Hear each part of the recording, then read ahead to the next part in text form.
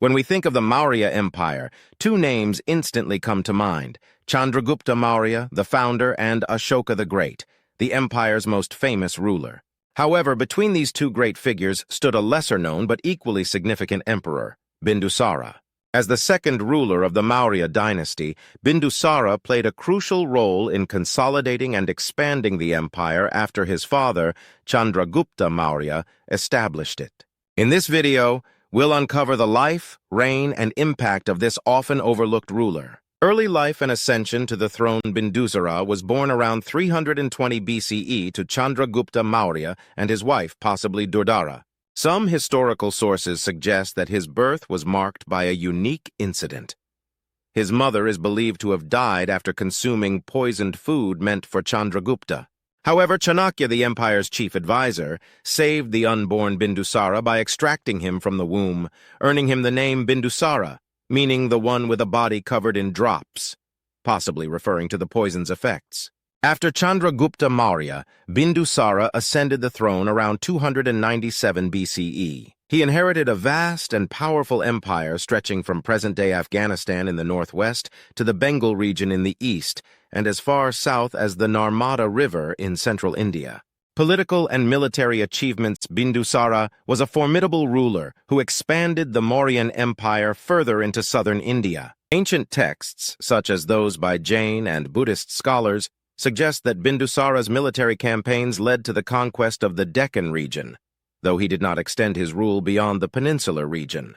He is believed to have conquered 16 states in the Deccan, though Kalinga, modern Odisha, remained independent until his son Ashoka annexed it later. Unlike his father, Chandragupta, who expanded the empire through calculated military strategies with the guidance of Chanakya, Bindusara's conquests were focused on securing the southern frontier of the empire and integrating various tribal and regional kingdoms into Mauryan administration.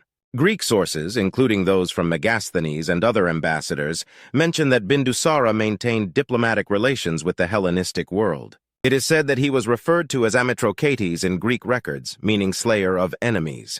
He is also believed to have corresponded with Antiochus I, the Seleucid king, and requested Greek philosophers to join his court. These interactions indicate a sophisticated diplomatic approach during his reign. Administration and governance following. In his father's footsteps, Bindusara upheld the administrative framework laid by Chandragupta Maurya and his prime minister, Chanakya. The Mauryan administration was known for its efficient governance, with a well-structured bureaucracy, an advanced taxation system, and a strong spy network. Bindusara continued the policy of centralizing power while allowing regional governors, Mahamatras, a certain degree of autonomy to manage local affairs. His empire was divided into provinces, each overseen by a royal official. His governance emphasized economic prosperity, agricultural development, and trade, making the Maurya Empire one of the most powerful states of its time. Under Bindusara, Pataliputra, the Mauryan capital, flourished as a center of politics, culture, and learning. The empire saw an increase in urbanization and trade, with extensive trade networks connecting India to Persia, Greece, and Southeast Asia. Religious and cultural aspects. Bindusara is believed to have been inclined toward the Ajivika sect. The Ajivikas were an ascetic group that followed strict philosophical doctrines, advocating destiny and fate as the guiding forces of life. Despite this, Bindusara maintained a policy of religious tolerance, allowing multiple religious beliefs to coexist within the empire. This open-minded approach played a significant role in preserving social harmony in a vast and diverse empire. Ancient texts do not mention any large-scale temple-building activities or religious patronage under Bindusara, suggesting that he was more focused on administrative and military matters than religious expansion. Family and succession. Bindusara had several sons, but the most well-known among them was Ashoka, who would go on to become one of India's greatest emperors. According to Buddhist texts, Bindusara initially did not favor Ashoka as his successor, possibly due to court rivalries and the presence of other contenders, such as his elder son Susima.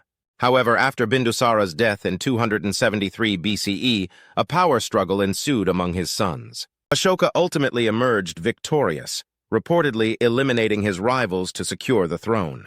He would later become renowned for his military conquests, his conversion to Buddhism, and his promotion of non-violence and dharma. Death and legacy. Bindusara passed away around 273 BCE. Though his rule was overshadowed by the towering legacies of his father and son, his reign played a crucial role in strengthening the Mauryan Empire. Without his leadership, the empire might not have been stable enough for Ashoka to carry out his transformative policies. Despite the limited records on Bindusara's life, his contributions to the expansion and administration of the Maurya Empire cannot be overlooked. His rule laid the groundwork for Ashoka's reign, ensuring that the empire remained a dominant force in the Indian subcontinent. Conclusion: though often forgotten in mainstream history, Bindusara was a vital link in the Mauryan dynasty. He was a warrior, a diplomat, and an able administrator who maintained and expanded the empire his father had built. While he lacked the religious prominence of Chandragupta and Ashoka, his reign was marked by stability, conquest, and effective governance. Without Bindusara's contributions, the Maurya Empire might not have endured long enough for Ashoka to usher in one of the most celebrated periods in Indian history. His story is a reminder that history is shaped not just by the most famous rulers, but also by those who quietly, yet significantly, lay the foundation for greatness.